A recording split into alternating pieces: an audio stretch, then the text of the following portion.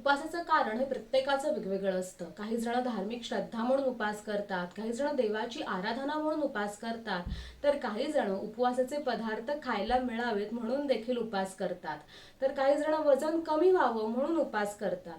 उपासाचं कारण कोणतंही असो, पण त्याचं फळ मात्र आपल्याला मिळालं हवं. पण बऱ्याच वेळेला वजन कमी व्हावं म्हणून आपण उपास केला जातो, पण होतं मात्र उलटच आणि आपलं वजन हे वाढतं. आणि म्हणूनच आज मी तुम्हाला सांगणार आहे उपवासाचा डाएट प्लॅन, तर त्यासाठी व्हिडिओ शेवटपर्यंत नक्की बघा. नमस्कार, मी डॉक्टर स्वप्ना तुमचं सगळ्यांचं स्वागत करते आपल्या YouTube channel healthy living with doctor स्वप्नामध्ये. जर तुम्हाला आहार, आरोग्य आणि आयुर्वेद या विषयासंदर्भातले माहितीपूर्ण व्हिडिओ ऐकायला आवडत असतील तर चॅनलला आजच सबस्क्राईब करा, बेल आयकॉन दाबा, म्हणजे मी व्हिडिओ अपलोड केला की त्याचं नोटिफिकेशन तुम्हालाही मिळत राहील. आपल्याकडे म्हटलं आहेच, एकादशी आणि दुप्पट खाशी. उपवासाला नाही नाही म्हणता पण इतके पदार्थ खातो की वजन कमी व्हायच्या ऐवजी थोडंसं वजन हे आपलं वाढतंच. आणि म्हणूनच मी आज तुम्हाला सांगणार आहे उपवासाचा एक स्पेशल डाएट प्लॅन. उपवासाला आपण जास्त करून साबुदाणा खातो, साबुदाण्याचे पदार्थ खातो. हा साबुदाणा किती प्रमाणामध्ये खावा, कसा खावा, साबुदाण्याचे खाण्याचे काही तोटे देखील होऊ शकतात, हे काय आहेत हे मी सगळं सविस्तरपणे सांगितलं आहे. तो व्हिडिओ तुम्ही नक्की बघून घ्या. त्याचबरोबर मधुमेही व्यक्ती म्हणजे ज्यांना डायबिटीस आहे त्यांनी उपवासाला कोणते कोणते पदार्थ खाल्ले पाहिजेत, त्यांनी काय खबरदारी घेतली पाहिजे, ते देखील मी सांगितलं आहे. तर तो व्हिडिओ देखील तुम्ही नक्की बघून घ्या. आज आपण बघणार आहोत उपवासाचा डाएट प्लॅन. या प्लॅनमध्ये तुम्हाला सकाळी उठल्यापासून ते रात्रीच्या जेवणापर्यंत तुम्ही काय काय खायचं आहे, किती प्रमाणामध्ये खायचं आहे, हे अगदी मी व्यवस्थित सांगितलेलं आहे. त्यामुळे हा व्हिडिओ शेवटपर्यंत नक्की बघून घ्या. हा प्लॅन कोणासाठी आहे, तर ज्या लोकांना उपवास केल्यानंतर ऍसिडिटी होते किंवा डोकं दुखतं किंवा पोट फुगल्यासारखं होतं, अशा व्यक्ती, किंवा ज्या व्यक्ती वजन कमी करण्यासाठी ज्यांनी ऑलरेडी आहारामध्ये बदल सुरू केले आहेत, किंवा अशा व्यक्ती की जे वजन कमी व्हावं म्हणून उपवास करत आहेत, अशा सगळ्या व्यक्तींनी हा उपवासाचा डाएट प्लॅन त्या करू शकतात. हा उपवासाचा डाएट प्लॅन कसा करायचा आहे ते तुम्हाला मी सांगणार आहेच, पण त्या अगोदर आपल्याला काही नियम पाळायचे आहेत. ते कोणते आहेत ते आपण जाणून घेऊया. सगळ्यात पहिला नियम आहे तो म्हणजे दिवसभरामध्ये तुम्हाला 2 ते 2.5 लिटर पाणी हे प्यायचं आहे. पाण्याचं प्रमाण जर व्यवस्थित असेल तर आपल्याला वारंवार भूक लागत नाही, आपलं हंगर हार्मोन्स आहेत ते व्यवस्थित राहतात आणि उगीच आपल्याला सारखं भूक लागल्यासारखं वाटत नाही. त्याचबरोबर तुमच्या शरीरातला टॉक्झिन्स आहेत ते निघून जातात. त्यामुळे तुमचा हा डाएट प्लॅन आहे तो एक प्रकारचा डिटॉक्स डाएट देखील होऊ शकतो. जर तुम्ही वजन कमी करण्यासाठी उपवास करत असाल तर तुम्ही कोमट पाणी जर प्यायला तर तुम्हाला फायदा हा जास्त होईल. दुसरा नियम पाळायचा आहे ते म्हणजे कुठलेही तळलेले पदार्थ आपल्याला खायचे नाही आहेत. तिसरा नियम आहे ते म्हणजे कुठलेही गोड पदार्थ, म्हणजे ज्याच्यामध्ये साखर, मध किंवा गूळ यासारखे पदार्थ वापरलेले आहेत, असे कुठलाही पदार्थ आपल्याला खायचा नाहीये. त्याच्याऐवजी तुम्ही जे नैसर्गिक गोड पदार्थ आहेत जसं की फळं आहेत, ड्रायफ्रुट्स आहेत, ते खाऊ शकता. आणि चौथा नियम आहे ते म्हणजे एकदम कडक उपास करणं, म्हणजे मी काहीच खाणार नाही असं देखील आपल्याला करायचं नाहीये. अशामुळे बऱ्याच वेळेला ऍसिडिटी होणं, डोकं दुखणं या तक्रारी होतात किंवा दुसऱ्या दिवशी तुम्हाला त्रास होऊ शकतो. तर बघूया हा उपवासाचा डाएट प्लॅन आपल्याला कसा करायचा आहे. सकाळी उठल्यानंतर तुम्हाला 1 ग्लास कोमट पाणी प्यायचं आहे.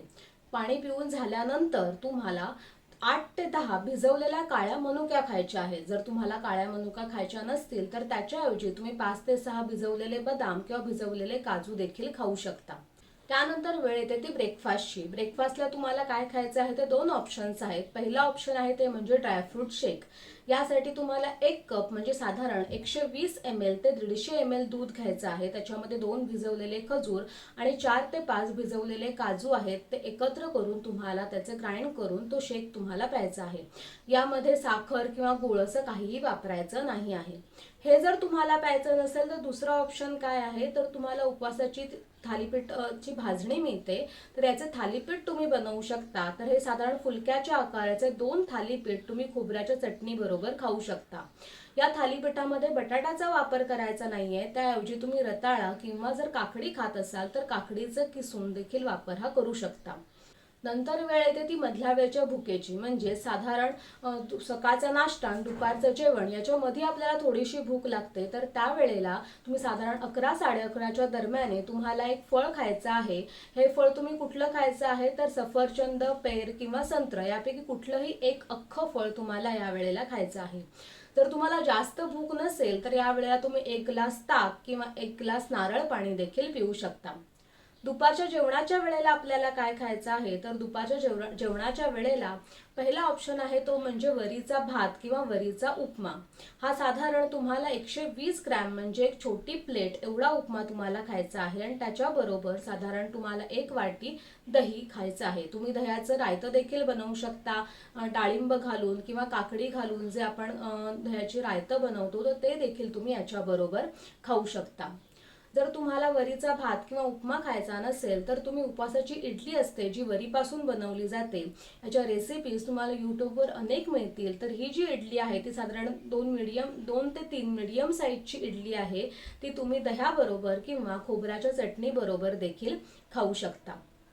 संध्याकाळच्या वेळेला आपल्याला छोटीशी भूक हे नेहमी लागतेच.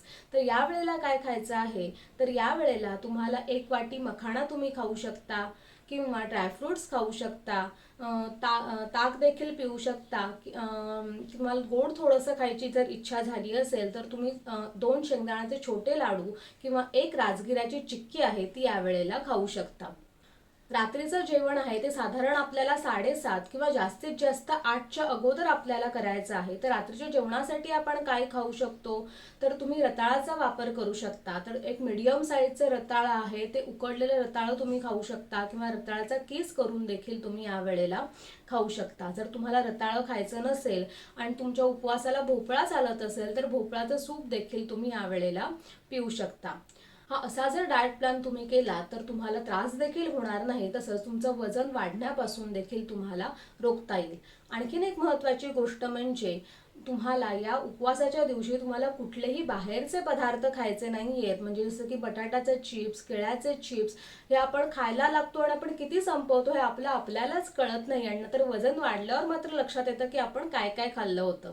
तर या गोष्टी आपल्याला कटाक्षाने टाळायच्या आहेत. दुसऱ्या दिवशीचा दिवस हा देखील महत्त्वाचा आहे, कारण आपण आदल्या दिवशी थोडंसं हलकं खाल्लेलं आहे, कमी खाल्लेलं आहे. त्यामुळे दुसऱ्या दिवशी देखील थोडंसं हलकं खाणं हे गरजेचं आहे. तुम्ही दुसऱ्या दिवशी लगेचच एखादा जड पदार्थ ब्रेकफास्टला सुरुवातीलाच खाल्ला तर तुम्हाला त्रास हा होऊ शकतो. म्हणूनच दुसऱ्या दिवशी देखील थोडासा हलका आहार घ्या आणि त्याच्यानंतर मात्र तुम्ही नेहमीसारखं जेवण हे करू शकता. आणखीन एक महत्त्वाची टीप म्हणजे काही जणांना भूक ही कमी लागते तर काही जणांना भूक ही जास्त लागते, त्यांना ती सहन होत नाही. तर अशा ज्या व्यक्ती आहेत की ज्यांना भूक ही सहन होत नाही पण वजन मात्र त्यांना कंट्रोलमध्ये ठेवायचं आहे, तर अशा व्यक्तींनी काय खाऊ शकतात तर अशा व्यक्तींनी ताक, दही आणि नारळ पाणी हे जे पदार्थ आहेत ते जास्त प्रमाणामध्ये ते घेऊ शकतात. त्याचबरोबर ते एक्स्ट्राचं फळ देखील खाऊ शकतात. त्यामुळे त्यांचं पोट भरल्यासारखं होईल आणि त्यांचं वजन वाढण्यापासून देखील त्यांना रोखता येईल. तर हा उपवासाचा डाएट प्लॅन तुम्हाला कसा वाटला ते मला नक्की सांगा. त्याचबरोबर इथे मी जे काही पदार्थ सांगितलेले आहेत ते आपण जनरली उपवासाला जे खातो ते सांगितलेले आहेत. बऱ्याच वेळेला पद्धतीप्रमाणे किंवा उपवास तुम्ही कोणते कोणते करत आहात त्यानुसार उपवासाला काही पदार्थ चालतात, काही पदार्थ चालत नाहीत. तर तुम्हाला एखाद्या पदार्थाविषयी की मी हे खाऊ शकतो का, किती प्रमाणामध्ये खायचं असं काही विचारायचं असेल तर तुम्ही कमेंट बॉक्समध्ये मला हे विचारू शकता. जर तुम्हाला ही माहिती आवडली असेल किंवा गरजेची वाटली असेल तर तुमच्या नातेवाईकांनाही नक्की शेअर करा. असेच माहितीपूर्ण व्हिडिओ बघण्यासाठी चॅनलला आजच सबस्क्राईब करून बेल आयकॉन दाबा, म्हणजे मी व्हिडिओ अपलोड केला की त्याचं नोटिफिकेशन तुम्हाला मिळेल. आणि त्याचबरोबर हेल्दी राहा आणि हॅप्पी राहा. नमस्कार.